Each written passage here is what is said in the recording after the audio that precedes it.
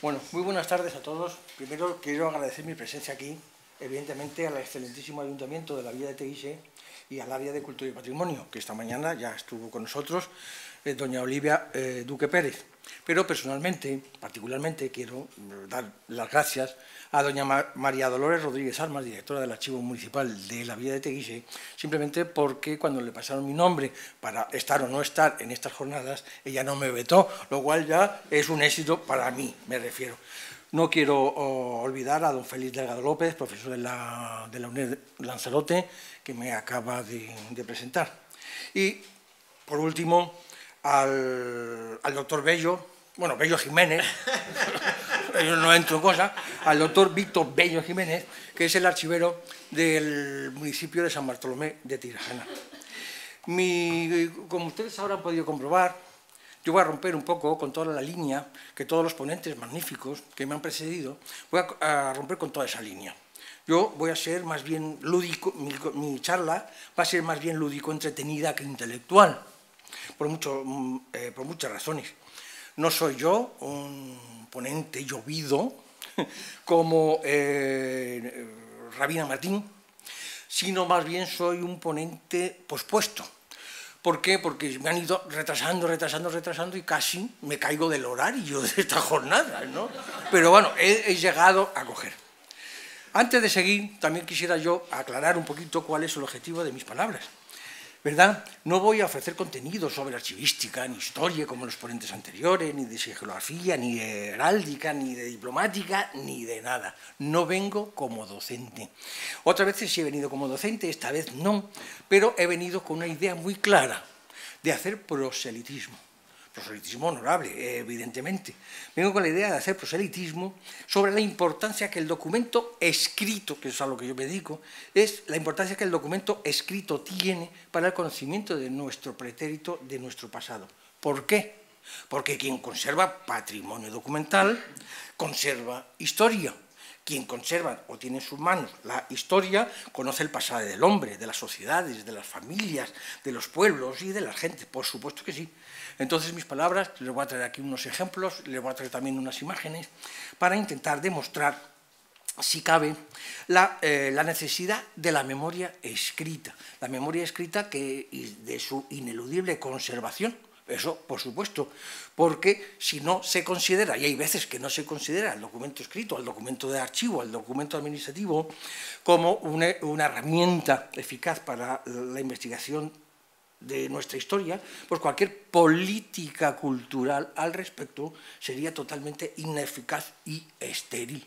Por lo tanto, el documento escrito es importante tenerlo en la memoria, tenerlo en la mente y respetarlo. Por supuesto, ni destruirlo, ni expurgarlo, ni nada. Ese es el primer problema. El segundo problema, que yo quería obviarlo, pero es que no puedo, aunque lo intente, ¿verdad?, que es el título. Yo quiero justificar el título de mi conversación o de mi ponencia. Fue un título extraño que me fue democráticamente impuesto a golpe de teléfono. Me dijeron, Enrique, tú vas a ir a Lanzarote, yo, fenomenal, Lanzarote me gusta, y vas a hablar una ponencia de la espada y el papel. Entonces yo, a golpe de teléfono, digo, ¿y de qué va el asunto? Y la persona, que no va a nombrar, dice, no sé, eso es tu problema. Entonces me quedo yo un poquito intranquilo, pero digo, pues tendré que salir un poquito de este bache en donde me han metido, y ya total, pues sí, pues lo voy a hacer. Se llama La espada y el papel. Pero aquí no termina la aventura del título. En la comida lo he hablado, pero ha habido mucha gente que no está en la comida conmigo y entonces pensará que yo estoy un poco como raro y etcétera. No, no estoy raro. La espada y el papel, y en la primera galerada de la cosa esta, de esta página, sale entre la espada y la pared. Digo, ya me han puesto entre la espada y la pared, cojo el teléfono, llamo, digo, oye, que no es entre la espada y la pared, ¿me vais a poner? Sí, pero no es así. Hay que reformar el título. El título se llama La espada y el papel, como aquí muy bien ve.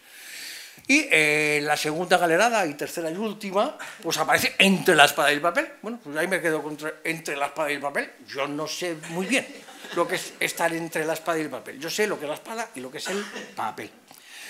Bien, es verdad que la espada es un arma blanca, ofensiva y defensiva. Pueden atacar y pueden defenderse con la espada. Es que el documento, igual que la espada, puede defender y puede atacar. Por eso, a partir de este momento, es donde vamos a considerar al documento. Por ejemplo, un documento puede atacar mediante un perdón de una condonación de una pena, o también puede defenderse en este caso, o atacar mediante una sentencia de muerte a morir en garrote vil. Por ejemplo, pues eso es verdad que mata.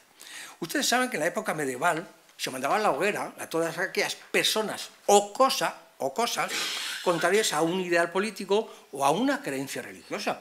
No es de mi ideal político, no es de mi creencia religiosa, herejes, brujas, yo te voy a llevar a la hoguera. Se les condenaba a morir en la hoguera, como por ejemplo, no sé, esto no pasa. Sí.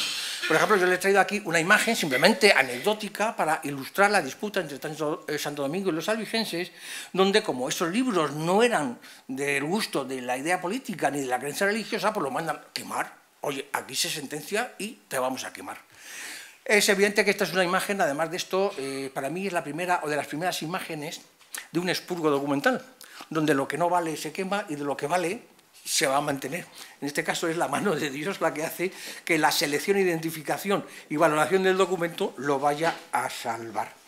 Pero también en los documentos también se les fusilaba. Y ahora yo les voy a traer una muestra del fusilamiento o del ajusticiamiento de documentos escritos, que eso es maravilloso. A mí eso me gusta. Por ejemplo, les traigo una prueba de un documento condenado a muerte, un documento escrito, papel. Documento es de 1808. Al decir 1808 nos situamos en Península Ibérica y nos estamos en la Guerra de la Independencia. Hay un bando de la Junta Suprema del gobierno del Capitán General de Cataluña que declara nefastos una serie de impresos sediciosos que estaban corriendo por el país. Impresos sediciosos que decían o anunciaban a José Bonaparte como rey de España. Evidentemente, Fernando VII y todos los demás, pues eso no les gustaba nada. Entonces declaran, mediante este bando, declaran, de la Junta Superior, declaran a una serie de impresos para morir por mano de verdugo en la plaza del pueblo más importante, lo cual es maravilloso, que a un documento lo quemen o lo fusilen o lo ahorquen, pero aquí lo tenemos. Para que ustedes vean el texto, aquí he acordado se manden quemar estos impresos en el paraje más público de esta ciudad, como si fuese un hereje, una bruja o un señor malandrín. El paraje más público de esta ciudad por mano de verdugo, en la forma acostumbrada. La pena que aquí no lo es en la forma acostumbrada, que me hubiera sido de interés. En la forma acostumbrada, declarando que cualquiera que tenga algún ejemplar de estos o semejantes papeles en este reino, lo guarde, lea o haga ver a otros y no lo denuncie y presente inmediatamente a esta Junta Suprema, será castigado como traidor a Fernando VII y a la patria. Total, que cogen estos pasquines, cogen a estos impresos sediciosos y los queman en plaza pública, y etcétera. Y aquellas personas que los guarden en su casa, los manden a leer y tal, pues serán perseguidos y serán castigados. Por lo tanto, la escritura se puede convertir en un arma letal. Un documento escrito puede ser un arma letal. La palabra escrita puede ser tan dañina como el cuchillo que mata, el cuchillo que degüella. Y tanto es así que Mateo Alemán, ustedes lo conocen, a Mateo Alemán, escritor del siglo de oro español, 1547 a 1615, construye un símil entre el cañón de artillero, de los cañones de tirar bomba, ¿no? El cañón, y el cañón de la pluma del ave. Entonces aquí tenemos una imagen perfecta donde tenemos el símil construido pues con cierta calidad.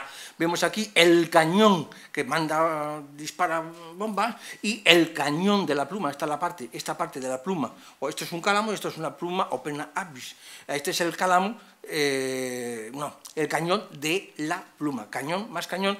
El cañón de su pluma es más dañoso que si fuera de bronce reforzado. Eso quiere decir que con la palabra, con la escritura, con el bolígrafo puedes hacer tanto o más daño que tirando bombas y explotando artilugios de estas cuestiones. El cañón de la pluma es más dañoso que si fuera de bronce reforzado. Luego, ya vamos a 1540, 1611, está Antonio Pérez del Hierro. Yo no desciendo de Antonio Pérez del Hierro. Pues piensa lo mismo. Bueno, Antonio Pérez fue secretario de Estado de Felipe II y en uno de sus aforismos, muy interesante, muy curioso, al menos para mí, para esta charla, escribe que no hay colmillo de jabalí que tal navajada dé como la pluma. Es decir, que tú escribiendo puedes hacer mucho más daño que un puñal, una puñalada, en este caso, pues todos son comparaciones, que el colmillo del jabalí.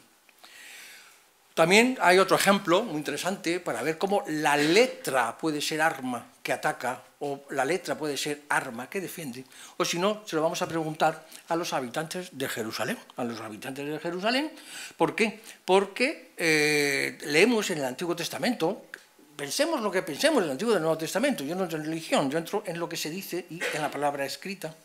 En el Antiguo Testamento se dice que entró en Jerusalén un amanuense, un escribano con sus aparatos de escritura, acompañado de seis guerreros, de 6 hombres armados.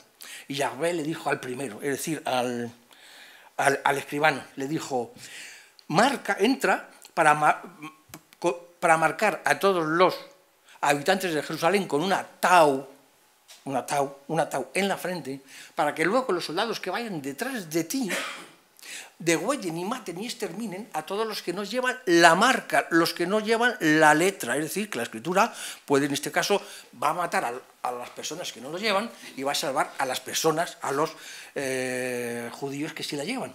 Dice así, es muy curioso.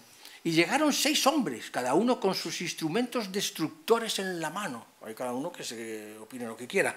Serían hachas o cuchillos o espadas, otra cosa no puede ser. Había en medio de ellos un hombre vestido de lino, que traía en la cintura un tintero de escriba. La gloria de Dios de Israel llamó al hombre vestido de lino que llevaba el tintero de escriba y le dijo, pasa por medio de la ciudad de Jerusalén y pon por señal una tau en la frente de los que se duelen de todas las abominaciones que en medio de ellas se cometen.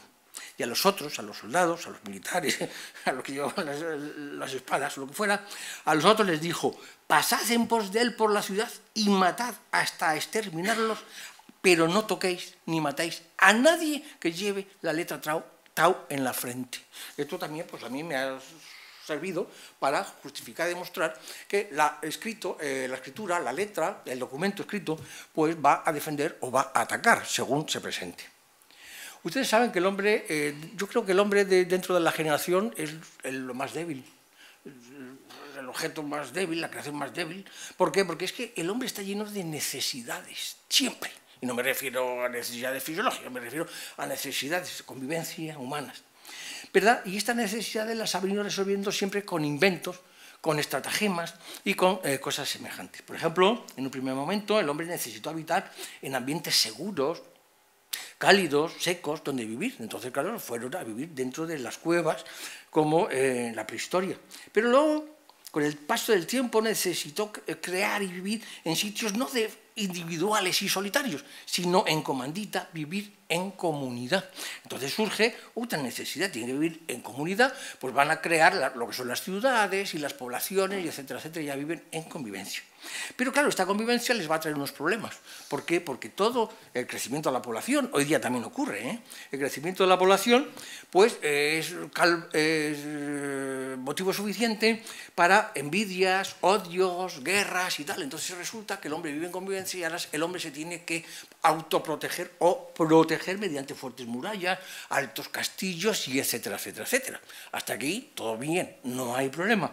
Pero también necesito otra cosa más, lo que he puesto yo en el 4º lugar, en esta especie de recorrido extraño, ¿verdad? De la pluma, no, ¿cómo se llama? Ya no me acuerdo, la espada y el documento y tal. Necesito dejar constancia permanente de sus actividades. La historia oral y todas esas cosas no nos interesan ahora, las vamos a respetar porque es muy interesante, pero vamos, no la vamos a meter en esta charla.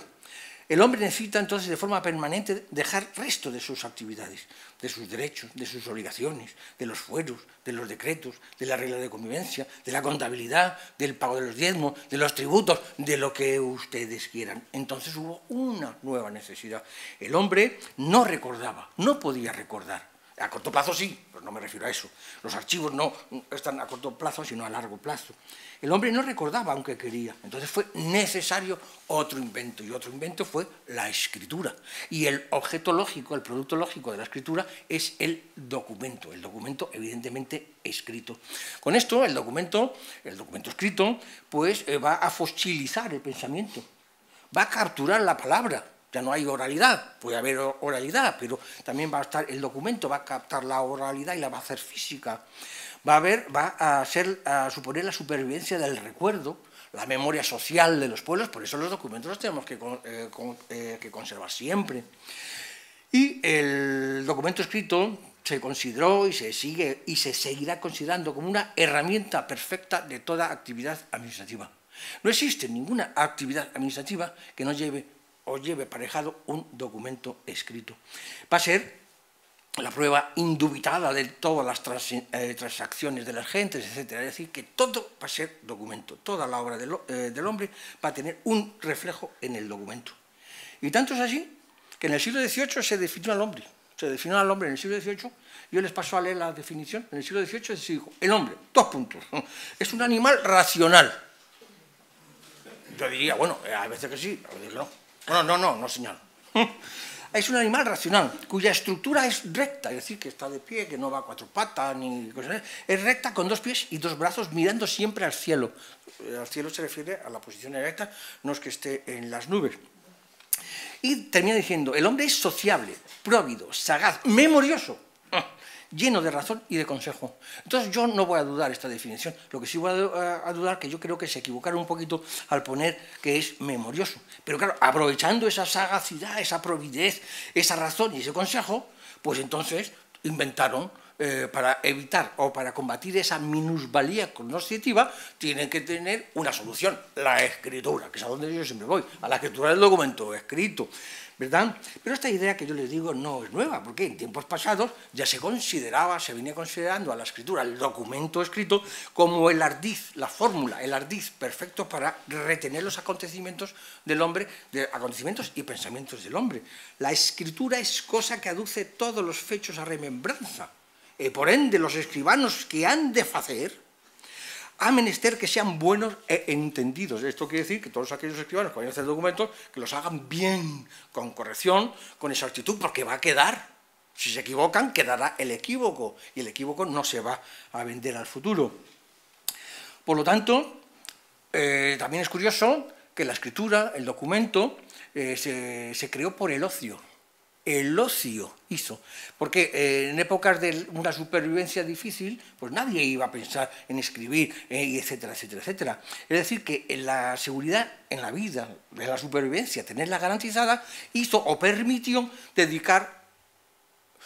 crear un espíritu, educar al espíritu y encontrar pues el artilugio de la lectura, de la escritura y de todo lo demás. Es decir, que la sabiduría del escriba, del que hace los documentos escritos, esa sabiduría del escriba se adquiere o se ha adquirido por el ocio. ¿Por qué? Porque el que tiene muchos quehaceres mundanos no puede dedicarse a estas cosas, ¿verdad? Y porque se tendrá que dedicar a la supervivencia.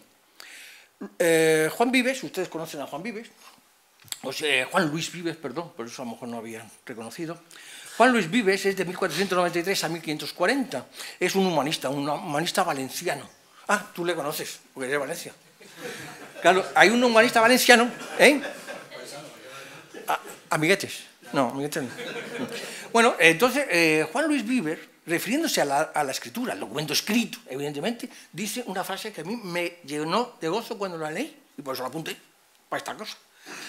Que tanta variedad de humanas voces, oral, conversación, pum, pum, que tanta variedad de humanas voces se haya podido componer con pocas letras y que los amigos ausentes puedan comunicarse por ellas y no haber cosa más admirable que poder los hombres darse a entender unos con otros de lo que sienten por unas cartas, documento escrito, por unas cartas enviadas de tan luengas tierras. Es maravilloso, a mí eso me gusta, un poco poético, lo que ustedes quieran, pero bueno, como yo tengo que defender la espada y el documento, pues tengo que sacar estas cosas, ¿no? No, claro que sí. Por lo tanto, el documento escrito se va a convertir ¿en qué? en un puente, en un túnel del tiempo. Va a ser un puente entre el presente y el pasado.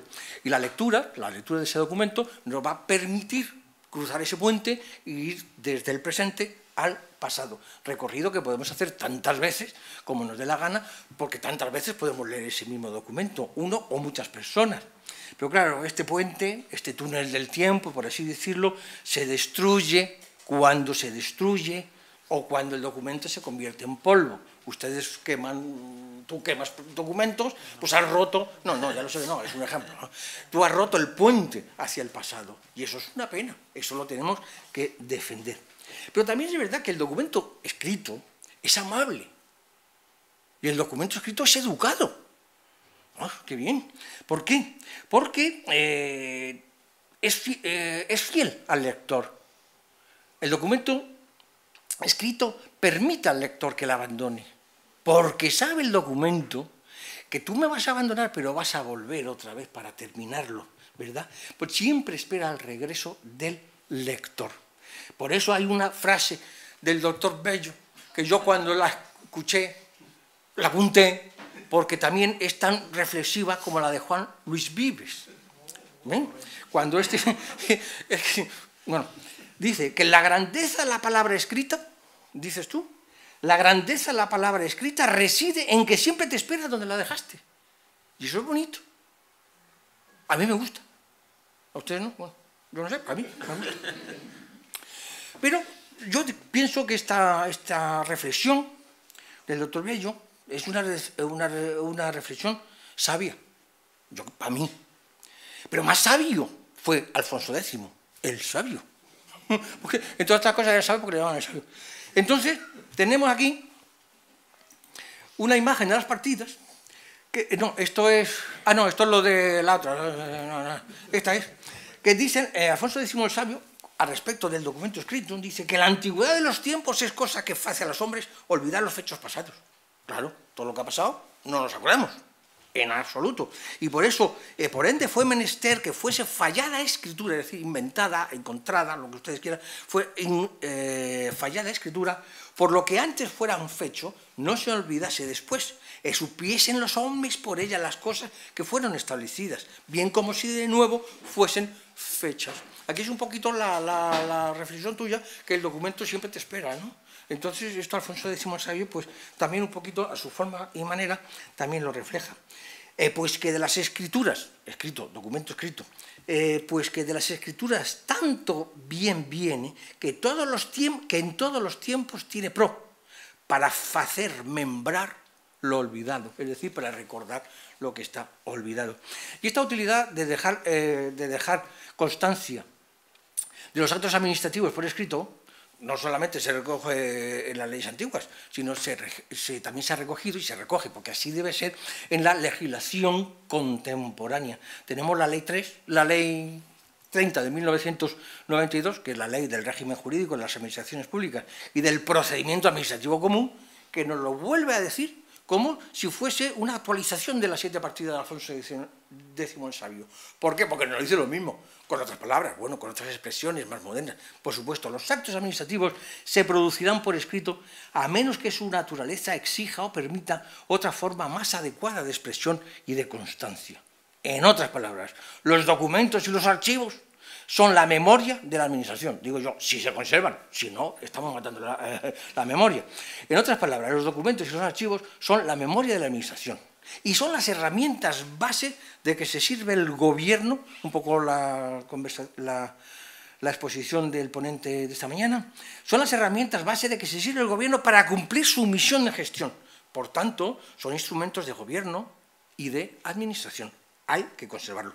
Por lo tanto, el documento escrito se va a convertir poco a poco en la ayuda perfecta para la flaca memoria. Nosotros lo olvidamos, yo tengo el documento, lo tengo aquí, lo leo y no me lo tengo que aprender. Esa cosa de la letra con sangre entra, no, el documento sin sangre entra, no. Cabe discurrir entonces que la sociedad que no conserva los documentos, ¿qué es lo que pasa con una sociedad que no conserva los documentos? Pues que merecerá el calificativo de desmemoriada, no tiene memoria, no tiene recuerdo, entonces va a ser, y su futuro va a ser incierto. Estamos llegando ya al nivel del mito, el mito de la Atlántida, el mito de lo que ustedes tengan en la cabeza. Pero también es verdad que la omnipresencia de la escritura en las sociedades modernas es un hecho. Todo tiene un documento escrito, todo tiene palabras, todo tiene letras. La sanción de una constitución, por supuesto, los apuntes de clase, un examen, las notas, propaganda de los productos de venta, el nacimiento de una persona, lleva un certificado de nacimiento, una partida de nacimiento, perdón. Cuando uno muere, lleva otro de certificado de muerte. Es decir, todo es documento. La última voluntad de un moribundo también se va a plasmar en un documento, en un testamento, que tú me hablabas antes, no sé qué me decías de los testamentos, ¿verdad? La ordenación y el acomodo de un pensamiento, cuando ustedes quieren pensar una cosa profunda, una cosa seria, lo que primero que hacen es coger un lápiz y papel. Un lápiz, sí, apuntan, corrigen, no. Es decir, te va dirigiendo un pensamiento hasta alcanzar la perfección. Y, por supuesto, la consecución de una obra poética, y etcétera, etcétera, etcétera. Eso, por supuesto. Ahora yo les voy a poner unos ejemplos. Eso ya entramos en otra cosa más así, más lúdica. De unos documentos escritos que nos van a dar información de cosas que nosotros no tenemos en la memoria. Pero bueno, pero como tenemos el documento escrito, yo lo leo y ya lo sé. Por ejemplo, esto es para los santacruceros. El ataque, todo el mundo lo conoce, los historiadores, ya no entro en historia. El ataque a Santa Cruz de Tenerife por los ingleses en julio de 1797. Ahí, bueno, pues hay documentos, hay un documento, hay un expediente, que es del Archivo Histórico Nacional de Madrid. Es el expediente de concesión de la denominación de muy leal, noble e invicta villa, puerto y plaza de Santa Cruz de Santiago y escudo de armas propio de la villa de Santa Cruz de Tenerife. Esto está en un expediente que nos narra el ataque del contraalmirante Nelson el 25 de julio de 1797 a toda esta zona. Entonces, claro, ¿qué es lo que hizo? No, sí, vino, no sé, el tigre, hablan del tigre, que si una bala le dio un brazo y tal, bueno, lo dice. Pero yo le voy a leer una imagen, le voy a leer un documento escrito de este expediente, que está en el Archivo Histórico Nacional, pero yo a través de amigos y tal me lo mandaron digitalizado y ha sido publicado, ha sido transcrito y está por ahí rondando, ¿no? Dice: el capitán de granaderos don Domingo Vicente Marrero, alcalde real de esta plaza, dijo que por cuanto en la madrugada del día 25 de julio de 1797 fue atacada esta plaza por 9 buques de guerra de la Marina inglesa, con el desembarco de cerca de 2000 hombres de armas, que la mayoría parte de ellos fueron rechazados, claro, no vamos a decir lo contrario, fueron rechazados y muertos en la marina por el acertado fuego de la artillería, o muertos por el gran valor de nuestras tropas, quedando rendidos y prisioneros de los ingleses cerca de 800 enemigos interceptados en la plaza de Santo Domingo. A mí me gustaría que ustedes que viven en La Laguna metan 800 señores armados en la plaza de Santo Domingo. Yo creo que no les cabe, se saldría por las calles. Pero bueno, dice interceptados en la plaza de Santo Domingo, con solo una pérdida por parte de los canarios o de los españoles, con una pérdida de 20 muertos y 32 heridos por nuestra parte. Aquello fue un triunfo. 20 muertos no es nada. Bueno, si no se toca, pero vamos, quiero decir que no es nada. Ante los 2.800 y todas esas cosas, y etcétera, etcétera.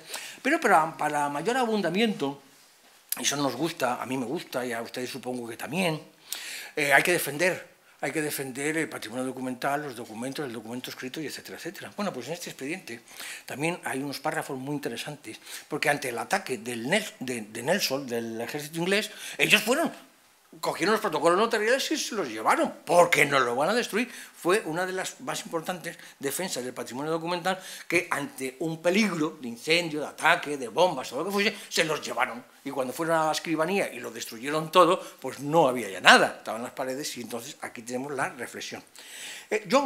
Bueno, dice el documento, yo, el infrascrito escribano público de número de este puerto, se refiere a Santa Cruz, afirmo, bajo de juramento, haber visto y leído entre los papeles que se componen mi oficina pública, su escribanía o notaría, mi oficina pública, se le daba a este pueblo la antigua denominación de villa, pero no puedo asegurarlo. Si lo leí en los registros antiguos, en otros papeles, lo que certificará si estos y los protocolos los tuviera a la vista. Pero como me los he ocultado para libertarlos del enemigo que acometió a esta plaza el 25 de julio de este año, pues entonces ya no los tiene. Es un poco la reflexión del documento escrito, me recuerdo, y si no lo tengo, me da cosa nebulosa. Pues a la verdad que si así no lo hubiera hecho la defensa de los protocolos notariales, que ahora estará por el Archivo Histórico Provincial de Tenerife o por ahí, pues a la verdad que si así no lo hubiera hecho, tal vez hubiera recibido mucha avería, es decir, mucho deterioro, mucho percance, mucha avería a causa de haberse maltratado mi casa, puertas y ventanas, se refiere a su casa y escribanía, maltratado mi casa, puertas y ventanas, y en especial la puerta de dicha oficina, que toda se taladró por los cañones violentos con los que acometieron los enemigos que se agolparon en la acera de dicha mi casa. Pues este señor se llamaba Domingo Rodríguez Velasco, escribano público, pues se dio cuenta de esto y tenía que salvar, no su casa, sí los protocolos notariales, sí la documentación como testimonio de unos aconteceres y etcétera, etcétera, etcétera. Pero otro ejemplo, que ya nos atañe este de Tenerife, este lo vamos a poner... Bueno, Viera y Clavijo, tanto de Tenerife, nace en Tenerife y muere en Gran Canaria, ¿no? José de Viera y Clavijo, bueno, este es el segundo, esa cosa de la casa aquí de esta oficina, que toda tal se taladró con los cañones violentos que acometieron y todo eso. José de Viera y Clavijo, 1731-1813. Bueno, este fue un ilustrado canario, sacerdote, historiador, biólogo, poeta, fue cantidad de... todo el mundo habla de él, menos de sacerdote. Todo el mundo dice que es historiador, biólogo y etcétera, etcétera, y sería sacerdote, bueno, supongo. Escribió la Historia General de las Islas Canarias, La Noticia del Cielo, que fue un trabajo para la gente infantil y etcétera, etcétera, etcétera. Bueno, pues tenemos en su testamento, que es este, aquí dice, don José Antonio del Álamo Viera y Clavijo, arcediano de Fuerteventura, dignidad de esta Santa Iglesia Catedral de Canarias y natural de la isla de Tenerife, hijo, y etcétera. Bueno, pues en este documento, en este testamento, hay una cosa bonita que nos describe cómo era su habitación. Ahora está muy de moda la historia de la vida cotidiana. Hombre, yo entiendo que a ustedes les gustan las estadísticas de población, economía, y etcétera, etcétera. Pero luego también a otras personas les interesa mucho por la vida cotidiana, cómo se vivía, qué es lo que había en una habitación de estas, y etcétera, ¿no? Bueno, pues en el testamento de Viera y Clavijo nos dice que declara que en una de las gavetas de una cómoda que está en la sala principal de mi habitación, dice Viera y Clavijo, existe una considerable colección de obras manuscritas en prosa y en verso que he compuesto con diversos motivos y en diferentes circunstancias de mi vida, como son los diarios de mis viajes por España, Francia, Italia, Alemania y Flandes, poemas dáctilos, trágicos y líricos, cartas familiares, censuras de libros que di en Madrid por orden del Consejo de Castilla o por comisión de la Real Academia de la Historia. Además de otros muchos cuadernos, legajos y documentos relativos a las antigüedades y familias del país, esto les interesará a mucha gente, los cuales me sirvieron de materiales para la historia de los sucesos de estas islas que publiqué. Y deseando otras personas que considera el documento escrito como memoria histórica conservable, patrimonio documental, y como es muy consciente, dice, y deseando que estos papeles y trabajos literarios, con un juego de la dicha historia en el cual he hecho varias adiciones y enmendaciones de mi puño, queden en poder de alguna persona que sepa y pueda conservarlos. Era consciente este hombre. Pueda conservarlos. He deliberado dejarlos y cederlos al señor don Alonso de Nava y Grimón, marqués de Villanueva del Prado, gentilhombre de la Cámara de su Majestad, vecino de la ciudad de La Laguna, en la isla de Tenerife. Es decir, que esto está muy bien.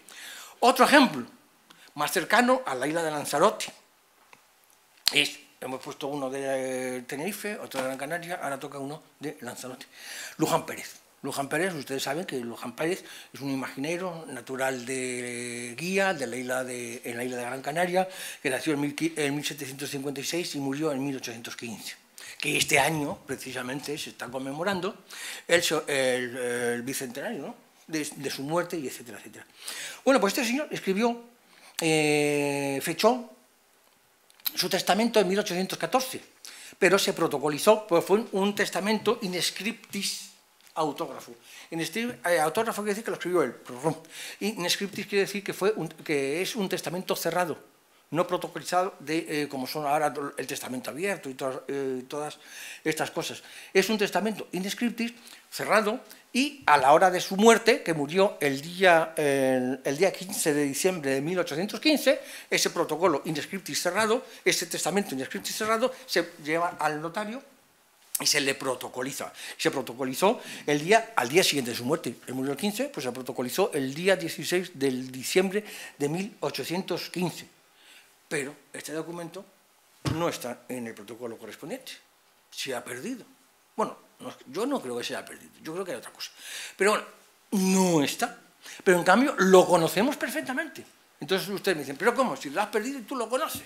Digo, claro que sí, yo lo conozco por una copia autorizada que uno de sus descendientes pidió días después de su muerte, el día 29 del 12 de 1815, para hacer sus actividades que sean. Este documento, esta copia autorizada, casi de época y de mano del mismo escribano que protocolizó el testamento, pues lo sabemos todo, ¿verdad? Bueno, este señor, Viera y Clavijos, está la firma. Este es José Luján Pérez, este imaginero, está muy bien, va a salir dentro de poco. Y aquí tenemos el árbol genealógico de Luján Pérez, donde tenemos aquí a José Luján Pérez, que nació fecha y tuvo relaciones sentimentales, no matrimoniales, con dos mujeres, con Joaquina Barrera y Falcón y con Isabel Calderín y Espino. Y con cada una de estas relaciones sentimentales que no matrimoniales, pues tuvo un hijo con cada uno de ellos. Y luego a partir de esta hija se casó con Bartolomé Martínez de Escobar y Domínguez, abogado de la Real Concepción, y ahí sigue toda la cuestión. Bueno, pero este señor, imagen, dice aquí. Esto, muy poca gente ha visto esta imagen y ustedes tienen la suerte de verla. En esta imagen es de la copia autenticada o autorizada del testamento de José, ¿cómo se llama este? De Luján Pérez. Dice este hombre, aquí, ítem, marco aquí, ítem declaro que por mi fragilidad y miseria, de que pido a Dios misericordia, he tenido con mujeres solteras y decentes 2 hijos naturales. Pues me parece muy bien. Las solteras tienen que ser tan decentes como las casadas, no sé. Pero bueno, eso que se diga en 1814, pues es una cosa. Declaro que por mi fragilidad he tenido con mujeres solteras y decentes 2 hijos naturales. La una, llamada Francisca María del Rosario, expósita, que fue realizada con el sagrado... Y en fin, y ahí viene pues toda la historia. A mí me gusta mucho esta frase de las mujeres solteras y decentes, que me parece muy bien, y yo la aplaudo. Además, pero también este testamento nos ilustra de otras cosas de Luján Pérez. A lo mejor hasta más interesantes que esto. Bueno, esto es una especie de anécdota, porque lo que yo he querido traer aquí son pequeños acertijos o anécdotas para justificar que la letra escrita, el documento escrito, es importante porque nos da información y nos refresca la memoria. Luego, nos habla que en su taller tenía una pequeña talla de la fe. Tenía una talla de la fe que dice él que estaba preparada para el púlpito de la parroquia de San Ginés de Arrecife. Efectivamente, leemos el texto y vemos que declaro que se halla en mi taller, todavía estaba en su taller, no estaba aquí, declaro que se halla en mi taller otra escultura de la fe concluida que hice para el púlpito de Lanzarote, y quiero que para su pintura se den 2 pesos por cuanto no he pagado los pernios del sombrero según estaba tratado. Entonces, ustedes ven, van al... Y esta es la imagen de la fe del portavoz del púlpito de la parroquia de San Ginés, que ustedes, como son de aquí, estarán cansaditos de verlo. A mí lo que me llamó la atención, que dice que, que daba dinero para su pintura, pero yo creo que no está pintado de nada. Bueno, esta es una fotografía que es bastante, bueno, un poco mediana, pero vamos, es bastante ilustrativa, que depende de un libro de Clar Fernández. Esta es la iglesia de San Ginés en el puerto de Arrecife, pero tengo ya otras fotografías mucho más contemporáneas y mucho más tales, que aquí vemos perfectamente. Este es el tornavoz o sombrero del púlpito de San Ginés. Y aquí tenemos la imagen de de la imagen de la fe. Y este es otro detalle, que bueno, esto tiene copyright porque no es mía, me lo han pasado, entonces yo, igual que dije en la nota bibliográfica donde saqué la otra imagen, pues tengo que decir que esto está supeditado a copyright y no se puede difundir. Bueno, esto ya lo digo yo, para la letra y firma de José Luján Pérez. Esta es una firma, la letra de Luján Pérez, que podrán ver que era un imaginero, que tenía mucha habilidad, y etcétera, y ven que es una escritura muy correcta, muy meditada, muy pesada, muy exacta, y etcétera, etcétera. Y aquí tenemos la firma de José Luján Pérez, ¿no? Que es una perfecta firma. Aquí vemos otra, que ya es peor, pero es exactamente lo mismo, José Luján y Pérez. Aquí aparece el I, pero vamos, eran cosas muy corrientes en esa época poner o quitar el I, ¿no? Bueno, y eso se mantiene, es ahí, se mantiene ahora en las partidas de nacimiento. Ahora mismo cuando tú te llamas Enrique Pérez y Herrero, es para decir que no es documento, no es apellido compuesto, y etcétera, etcétera. Pero vamos, una firma, pues no. Ahora vamos a hablar un poco de otro ejemplo interesante, que es Luis Pacheco de Narváez, 1570 y 1640. Este no es canario, pero sí estuvo en Canarias. Aquí tenemos la firma de Luis Pacheco de Narváez, esta es la fotografía, el grabado de su efigie, y esta es el mismo que por razones X pues hemos coloreado para una edición bonita. Aquí vemos el retrato de Pacheco y la filiación. Tenemos que detenernos un poco en la filiación de Luis Pacheco de Narváez. Fue un noble militar español. Alcanzó fama universal por su maestría con la espada y por los tratados, varios tratados sobre esgrima que se mantuvieron como libros de texto y hoy día todavía se mantienen como textos modernos para aprendizaje de la esgrima, el manejo de la espada, de la estocada, la defensa y de todas esas cosas que yo no les sé contar. Lo que sí yo sé es que nació en Baeza, en Jaén, en fecha desconocida. Y murió longevo en Madrid, sí sabemos la fecha, el 6 del 12 de 1640. Nació en Baeza, pero no sabemos la fecha. ¿Por qué no conocemos la fecha de este señor? Porque no tenemos un documento escrito que nos lo diga, una partida de nacimiento. Se ha buscado en Baeza, Jaén, en todas las parroquias, la partida de nacimiento y no ha aparecido la partida de nacimiento. Por lo tanto, tenemos una fecha aproximada de su nacimiento que según la investigación de unos o de otros, se dice que nació en el año 1570. No me digan mes, no me digan días, porque no se le podrá decir, porque esas fechas no están en documento escrito, por lo tanto, no lo sabemos. Murió longevo, con 70 años, en Madrid, y testó ante Francisco de Talavera, en el año 1640. Pero ¿qué es lo que le pasa a este hombre? El testamento tampoco se encuentra. Ni cuando nació, ni cuando murió. ¿Estuvo casado? ¿Con quién estuvo casado? ¿Tuvo hijos? ¿Tuvo hijas? ¿Qué pasó? Se ha buscado, todos estos datos se han buscado por todos los investigadores, sobre todo en cuanto a este personaje se refiere, en el archivo de protocolos nacionales, en el archivo histórico de protocolos de Madrid, y no ha aparecido, no aparece, no está. Se han buscado también todos los datos en el Archivo Histórico Nacional de Madrid con resultados negativos. Se ha buscado también en el Archivo General de Simancas, oye, por un casual, a ver si hay algo. Nada. En el Archivo del Palacio Real, que el Archivo del Palacio Real tiene mucha importancia, tiene muchísima documentación y, por lo tanto, muchísima información. Nada. Se ha buscado también en todas las parroquias de Baeza y nada. Este es un hombre, este es un personaje que estaba en nebulosa hasta el año 2014. Hasta el año 2014, porque es en el Archivo Histórico Provincial de Las Palmas, Isla de Gran Canaria, donde hemos encontrado toda la documentación que nos va a despejar todas estas incógnitas. ¿Por qué? Porque lo tenemos escrito. En Península no han encontrado documentos, no saben nada. Nosotros tenemos documento escrito, lo sabemos todo de esta persona. Por ejemplo, ya conocemos su matrimonio, conocemos con quién se casó, cuál fue su dote, si tuvo hijos o no tuvo hijos. Yo digo que tuvo 4 hijos, ¿verdad? Y hay más de 40 documentos del Archivo Histórico Provincial de Las Palmas que hablan de esta figura. Bueno, fue sargento mayor de Lanzarote y Fuerteventura, fue maestro de armas de Felipe IV, nombrado en 1624, y fue un personaje universal. al menos en aquella época, en la universalidad posible del siglo XVII.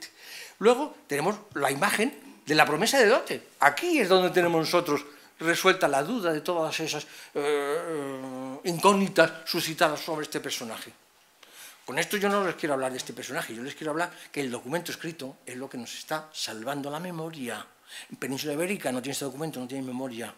Nosotros tenemos, y es a lo que voy yo, pues tenemos memoria, ¿verdad? Sepan cuántos esta carta vienen como yo, Miguel Jerónimo Fernández de Córdoba, secretario de la Real Audiencia de estas islas, y yo, Luisa de Sayago, su mujer, con licencia y placer y expreso consentimiento, que pido y demando al dicho a mi marido, para juntamente con él hacer y otorgar esta escritura, que si no, la mujer no podía hacerlo.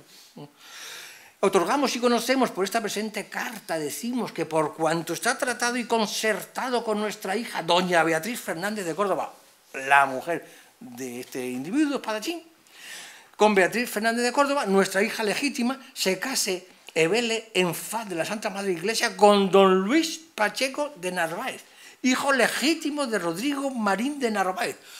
Acabamos de encontrar a su padre, por documento escrito, es a lo que voy. No, la historia no me da igual. Y de doña Magdalena Pacheco de la Cámara. Ya sabemos el nombre de la madre. En el Archivo Nacional, nada. En la península, nada. Y llegamos aquí y hemos encontrado el nombre, tal, y el nombre de la con quien se casó, vecinos de la ciudad de Baeza. Bueno, pues entonces ya hemos descubierto, o hemos despejado una incógnita sobre un personaje, recalco, de fama y conocimiento internacional. Este es el árbol genealógico que nosotros hemos formado. Aquí estaban los padres ignotos, hasta este momento, ignorados. Este es el Luis Pacheco, que se casó con la Beatriz y tuvieron estos 4 hijos. Bueno, y estos son los suegros y los cuñados, se llaman cuñados, y ¿no? ¿No sabes?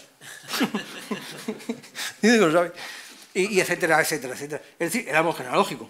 Por lo tanto, a partir de los documentos del Archivo Histórico Provincial de Las Palmas, conocemos, además, que fue enviado este señor como sargento mayor de Lanzarote y Fuerteventura antes de 1591. Pero en 1591, Van der Does vino en 1599.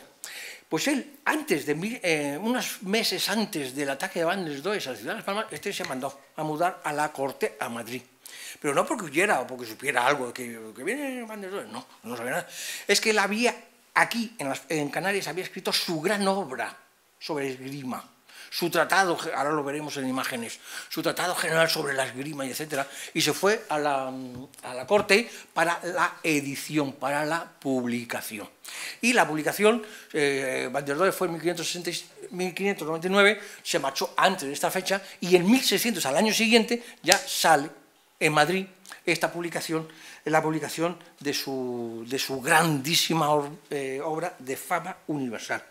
También sabemos que era, bueno, ya lo he dicho, capitán y sargento mayor de Lanzarote y Fuerteventura, y como capitán y sargento mayor de Lanzarote y Fuerteventura tenía el cometido de adiestrar a los soldados a su mando. ¿Y qué mejor que adiestrar a los soldados en las batallas, en el manejo de las espadas y de las cosas estas, que el mayor espadachín de Europa en aquella época? También sabemos cuál era su sueldo, que se estaban buscando. ¿Y cuánto cobraba este tío? ¿Cuánto cobraba un sargento mayor? Aquí no sé, allí no sé, bueno, no sé. Cobraba al mes 25 ducados de a 11 reales. No me pregunten equivalente en euros. Un dinero, ¿no? Un dinero, muy bien, un dinero. Vean, 25 ducados de a 11 reales, pero para quien no sepa qué es 25 ducados de a 11 reales, le diré que es lo mismo que 275 reales. Esto es así. Y aquí está el documento del sueldo. Escribió varios tratados sobre esgrima, el mejor de todos, bueno, el más famoso, el más importante, el libro de la grandeza de la espada, que la escribió en Canarias y la publicó en Madrid en 1600, el año siguiente de Van der Does, y etcétera. También el compendio de la filosofía y destreza de las armas, siempre relativo a las armas, en 1712, y también el modo fácil y nuevo para examinarse los maestros en la defensa de las armas, en 1725, y etcétera, etcétera, y así mucho más. Además también tiene poesías y obras en prosa. Esta es la fachada, bueno, la portada de una de las obras, de la obra importante. Y este hombre debía tener una personalidad arrolladora, porque si sacamos nosotros el elenco de amistades, tenía unos amigos, no como yo, que tengo a este y un poco más de contar. No, este en Canarias era amigo de Bartolomé Carrasco de Figueroa, canónigo, de Serafín Cairasco de Figueroa, que fue el alcaide de la Fortaleza, de Gabriel Gómez de Palacio, el regidor de la isla de La Palma, los señores de La Palma de aquí lo conocerán, de Luis Ortiz de Padilla, regidor de Gran Canaria, de Rodrigo Núñez de la Peña Natural de Tenerife. Esto aquí. Pero luego en la península también tenía un elenco de amigos, que ya los quisiera yo, aunque fuese la mitad. Por ejemplo, Miguel de Cervantes, Lope de Vega, Juan Ruiz de Alarcón, Luis Vélez de Guevara, Luis Calderón de la Barca, Baltasar Gracián, y etcétera, etcétera, etcétera. Pues usted debiera tener, ante estos amigos, ese elenco de amigos, podemos llegar a pensar que tenía un carácter apasionado, atractivo, y en fin, que atraía amistades, ¿no? Atraía amistades, no era huraño. En cambio, tenía un odio acérrimo este hombre, un odio horroroso con Francisco de Quevedo. Quevedo y él eran como el fuego y el agua, o no sé qué, aceite y el agua. Con Francisco de Quevedo, que, bueno, está en su época, ¿verdad? Con Francisco de Quevedo, el hombre de espadachín, tuvo trifulcas, peleas, insultos, en los bochinches de Madrid y de la corte y tal, en los bares y tal. Ahí tenía una serie de peleas con Francisco de Quevedo. Y Francisco de Quevedo, en sus obras, le pone a este a parir. Y a lo mismo al otro por la palabra. ¿Qué es lo que nos ha quedado? La palabra, lo que tenemos. En cambio, las trifulcas e insultos y peleas en los bochinches de Madrid de la corte, bueno, se dice, se supone, alguien lo dijo, pero ahora se está desmintiendo que no se pelearon, porque hay gente que dice que en un bochinche de Madrid se pelearon, y entonces, bueno, Quevedo era como un poco cojo, o algo, tenía una pierna, no sé, era cojo, estaba sentado por su propia físico. Entonces se peleó con este señor estaba de pie, y sentado, según dicen las malas lenguas, enemigos también de Pacheco, que vino Quevedo, sentado, le pegó un sablazo y le quitó el gorro a Pacheco. Entonces Pacheco se enfadó con él porque se calentó, porque yo, que nadie me ha vencido, que me vence un cojo sentado y me quita el sombrero de una espada, este señor se puso rojo. Y entonces, bueno, ahora hay estudios muy modernos, muy recientes, que dicen que esta anécdota, que no, que fue una especie de artilugios y no sé qué. A mí me gustaría que hubiera sido de verdad, porque es maravillosa. Bueno, entonces esta es la obra. Pero ahora le vamos a hablar también de Lanzarote. Ustedes conocen a Tenesoya Vidina, que luego se llamó Luisa Guanarteme, y luego se llamó Luisa de Betancourt, o Betancourt, según iba pasando de una costumbre aborigen a llevar una vida de renacimiento plena. Esta señora, una joven canaria, de noble familia, debería ser una chica, para mí, según he leído yo por aquí y por allá, debería ser una chica agradable, agraciada, guapa, que estaba en la playa, solazándose. No. Estaba en la playa, solazándose con unas amigas, bueno, honestamente, ahora ya estamos pensando, honestamente, en la playa, y entonces vinieron las tropas del conquistador Diego de Herrera, la cogieron, la raptaron y se la llevaron a Lanzarote. Yo os he preguntado, sí, a esta señora, a Tenesoya Vidina, se la llevaron. ¿Y al resto qué hicieron con ella? No se sabe. No se sabe. Esta señora fue llevada, esta chiquita, fue llevada a Lanzarote, traída aquí, donde con el paso del tiempo fue cristianizada, fue bautizada con el nombre de Luisa Guanarteme. Pero luego se enamoró, se casó con un francés, Maciot de Betancourt Perdomo, y entonces ya trocó el nombre de Luisa Guanarteme por el nombre de Luisa de Betancourt. Y este es el momento de la familia, el origen de la familia de los Betancourt y de los Perdomo en Canarias, porque viene una de estas, se casa con un francés, y a partir de ahora vienen los Betancourt, y como ustedes lo quieran escribir. Pero en la razón, la raíz es la misma. Pero yo estaba hablando de la información que hay que conservar de los documentos escritos. Pero también hay que considerar como documento escrito al documento gráfico, pues también está hecho con la mano, con la pluma, y etcétera, etcétera. Porque a veces son más ilustrativos, si cabe, que el documento escrito. No lo sé. Por ejemplo, ahora yo les voy a poner aquí unos ejemplos. Bueno, este es el de... que a mí no voy al tiempo con esto. Yo le dije, pásame la foto, y me dijo, no. Bueno, este es el árbol genealógico. Aquí tenemos a la princesa que yo les acabo de decir, Luisa, se ve muy mal, pero aquí lo vemos, es más grande, que es aquí, que se casa Mació de Betancourt Perdomo, se casó con doña Luisa Guanarteme, princesa de Canarias, y aquí ya se ve pues, mucho más grande, para que un zoom para que ustedes lo puedan ver. Y aquí pone Mació de Betancourt con estas abreviaturas, Perdomo casó con doña Luisa Guanarteme, princesa de Canarias. Y estos son los hijos que tuvo, y entonces ya, etcétera, etcétera, etcétera. Bien. Entonces, estamos en el documento gráfico, que puede ser tan interesante como el documento textual. Aquí tenemos el expediente sobre la exposición que dirige el Ayuntamiento Constitucional de la Villa de Teguise, donde estamos, ¿verdad?, a la reina, para que se le conserve el ser cabeza de partido de dicha isla. Este es el pugilato entre Teguise y Arrecife. Entre Teguise y tú, que eres de Arrecife, ¿no? Pues entonces, la pelea. Por llevar la capitalidad, por así decirlo. Entonces aquí nos interesa esta rivalidad y la pérdida del partido, la cabeza del partido. Bueno, eso ustedes, los historiadores, lo analizan, se lo pasan bien, no sé.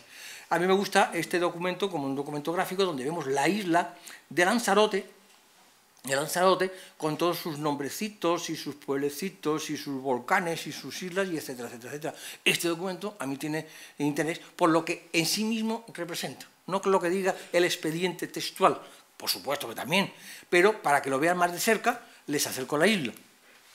Pero como yo sé que hay gente que va a querer, ahí se ve mi pueblo, pues yo les voy a hacer otro zoom donde se ve aquí Teguise, el castillo de Santa Bárbara, también conocido como Guanapay, y esta es la casa, el archivo municipal de Marichu, está aquí. Este es tuyo, es este, o parecido, se parece, ¿no? Se parece. Y luego ya, este documento está en el archivo de Las Palmas, en el archivo histórico provincial de Las Palmas, pero vamos, yo creo que ya se lo he mandado a gente de por aquí y tal. Ahora les voy a presentar otro plano de la isla de Lanzarote en plena erupción volcánica, que este no se conserva en el archivo de Las Palmas, sino que está en el archivo de Tenerife. Que bueno, que es este. Está bien, pero no es lo mismo. Es la erupción de Timanfaya, que posteriormente, en 1730, en el archivo histórico provincial de Tenerife, en el archivo que le gustará a Núñez, en el archivo Zárate Cologan, está la erupción del volcán del Timanfaya, explotando ahí, etcétera, etcétera, etcétera. Se ve que la isla está un poco como doblada, ¿no? Pero vamos, eso está muy bien, eso no pasa nada. Por lo tanto, y ya para ir terminando,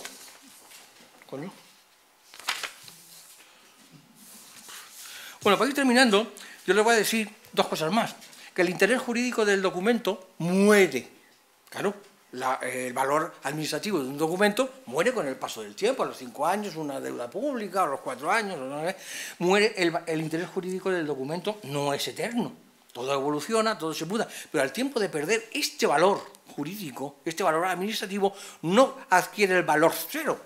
Entonces se tiraría y se expurgaría en la clasificación, identificación, valoración y expurgo de los documentos desde el punto de vista archivístico, pero no adquiere valor cero, sino que adquiere otro valor para nosotros, que estamos aquí presentes, mucho mayor o más interesante que el valor administrativo, que es el valor histórico.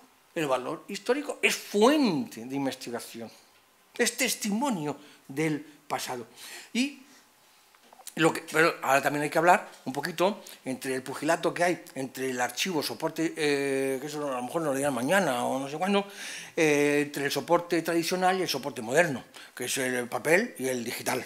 Por ejemplo, durante muchos siglos, afortunadamente, durante muchos siglos, el documento estaba contenido en un soporte estático, papel, pergamino, vitela, papiro, lo que ustedes quieran, contenido en un soporte estático, físico, se ve, visible, de lectura, eso sí, de lectura directa e unipersonal, porque yo cojo este documento antiguo, lo leo yo directo y no lo podemos leer todos a la misma vez. Bueno, ahora con las nuevas tecnologías sí, pero vamos, no me refiero a eso. Evidentemente, representado por un código alfabético. Y en cambio ahora viene el problema. Yo no sé, que creo que sí, que yo ya soy de mucha edad, yo ya el soporte digital, pues mira, me gusta mucho, pero yo lo estoy en mi casa, pero vamos, no sé más. El soporte digital yo no sé si tendrá la misma durabilidad, dicen que sí, cantidad, bueno, no lo dudo, pero me permitirían a mí pensar que yo lo dude. Ahora, en cambio, el soporte no es evidente físicamente. Necesita una máquina interpretadora. Ya no es de acceso libre y directo por parte del lector. Una máquina interpretadora y no está ligado a perpetuidad a ningún primigenio soporte. Es decir, que está obligado constantemente a emigrar por la obsolescencia informática. Además de la obsolescencia, no solamente migra, sino que para su transmisión también está migrando de un ordenador a otro, como ustedes quieran, etc. Bueno, yo ahí no me voy a meter para nada, pero yo creo que ya... ¿Cuánto me queda? 2 minutos. ¿Nada más? 2 minutos y una anécdota. Dame un poco más. Bueno, pues entonces nada. Bueno, entonces ya, como ya ustedes están cansados y tal, y yo no me puedo... A mí me gustan estas reflexiones que yo saco de los tales y los cuales, de los Luis Valencianos y de las tal. Ahora voy a sacar una cita que es última y que me gusta mucho. Es que, ¿ustedes creen que la escritura, el documento escrito, ha disminuido el interés y la importancia de la memoria? Yo creo que sí. Yo creo totalmente. Es que los niños hoy día no saben ni la tabla de multiplicar. Cuando yo les enseño la tabla de multiplicar, anda, ahora, el pureta yo tengo una calculadora, pim, 2 por 2, ya, 4. Es decir, que ya no. El documento, al tener los documentos, pues entonces el interés de la memoria, de tener recuerdo, de recordar, de aprender de memoria, muere. Si es que yo no voy a hacer esfuerzo, si lo tengo aquí escrito. Yo con leerlo, como decíamos antes al principio, en la mitad, el puente entre el presente y el pasado a través del documento, puente histórico, pues ya está, yo me lo leo, a mí no me vengan a decir. Ah, muy bien, pues puede ser que sí. Pero es que eso se dirá ahora en el siglo XXI. Sí, y en el siglo antes de Jesucristo también se dijo. Tenemos un señor que nació el año 100 antes de Jesucristo, murió en el año 40 antes de Jesucristo, y este señor era un señor importante que se llamó Julio César. Fíjate, Julio César. Julio César escribió la Guerra de las Galias, fue a las Galias, Francia y tal, hizo la guerra y escribió toda su batalla. Bueno, se dice que la escribió él, yo no sé si la escribiría él o alguna otra persona, pero en cualquiera se le atribuye a él esta obra. Pues Julio César en la Guerra de las Galias se queja de que los jóvenes de su época, los jóvenes de su época no ejercitaban la memoria. ¿Y por qué no ejercitaban la memoria? Porque se fiaban dice él, se fiaban de los escritos. Como tú te fías de los escritos, no ejercitas la memoria. Yo te diría, bueno, ¿para qué quiero yo ejercitar la memoria si tengo el escrito? Yo le diría a Julio César. Y se fían de los escritos y de lo que les contaban los libros con estas palabras.